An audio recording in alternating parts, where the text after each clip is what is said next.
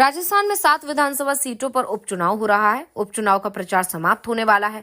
कुछ ही घंटों पर चुनाव प्रचार थम जाएगा, लेकिन बीजेपी का सबसे बड़ा स्टार प्रचारक पूरे चुनाव अभियान में नहीं दिखाई दिया। राजस्थान विधानसभा की 7 खाली हुई सीटों के लिए उपचुनाव हो रहे हैं। इन उपचुनावों में कुल 69 उम्मीदवार अपनी किस्मत आजमा रहे हैं।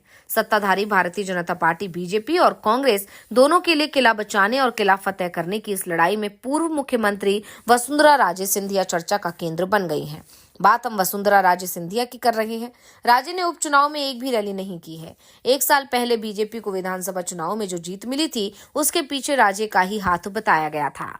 उन्होंने राजस्थान विधानसभा चुनाव में सबसे ज्यादा रैलियां की थी, जिससे बीजेपी को बहुमत मिला, बड़ी जीत मिली। लेकिन बीजेपी हाईकमान ने राजे को सीएम नहीं बनाया, तो वो लोकसभा चुनाव में प्रचार करने नहीं निकली, सिर्फ अपने बेटे की सीट तक खुद को सीमित रखा।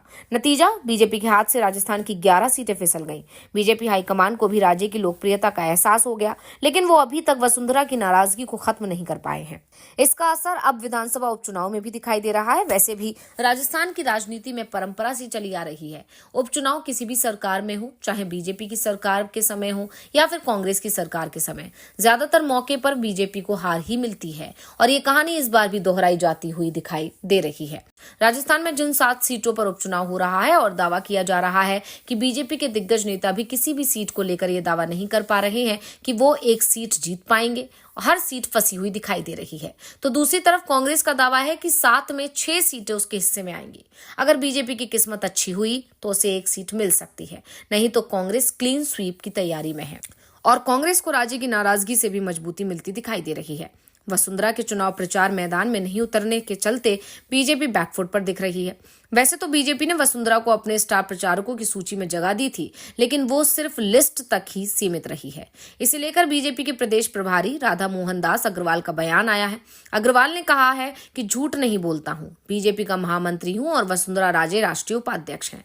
राजे पद के लिहाज से मुझसे ऊपर है। चुनाव प्रचार के लिए जब खुद मैं ही नहीं जा रहा हूं, तो मुझसे सीनियर कैसे जाएगा। उपचुनाव छोटा चुनाव होता है, वसुंधरा बड़ी नेता है। उपचुनाव क्षेत्रीय चुनाव होता है और वसुंधरा राजे राष्ट्रीय नेता है। राजस्थान बीजेपी के प्रभारी ने यह भी कहा कि किस नेता को किस भूमिका में रखना है, इसे लेकर फैसला हमारा शीर्ष नेतृत्व लेता है। उन्होंने ये भी कहा कि जब भी हमें जरूरत पड़ती है, हम वसुंधरा राजे से सलाह लेते हैं। अग्रवाल ने खुद को वसुंधरा के आसपास रखने की कोशिश की है, लेकिन सवाल ये भी उठ रहे हैं कि राधा मोहन अग्रवाल राजस्थान में क्या इतने लोकप्रिय हैं कि वो पूरे राज्य में किसी भी हिस्से में रैली करें और उनके नाम पर 100 लोग भी जुट जाएं। दूसरी तरफ राजे की लोकप्रियता इतनी है कि अगर वो राज्य के किसी भी हिस्से में रैली के लिए पहुंच जाएं, तो जिस मैदान में उनकी रैली होगी वो पूरा भर जाएगा। ऐसे में बीजेपी के नेताओं ने ही साफ कर दिया है कि हाईकमान की तरफ से राज्य को किनारे लगाने की जो कोशिश चली आ रही थी, वो उपचुनाव में भी जारी है। लेकिन ये भी कहा जा रहा है कि राजे जल्दी हार मानने वाले नेताओं में नहीं है और दावा यहां तक किया जा रहा है कि अब उन्होंने आरएसएस के साथ भी अपने रिश्ते बेहद बेहतर कर लिए हैं।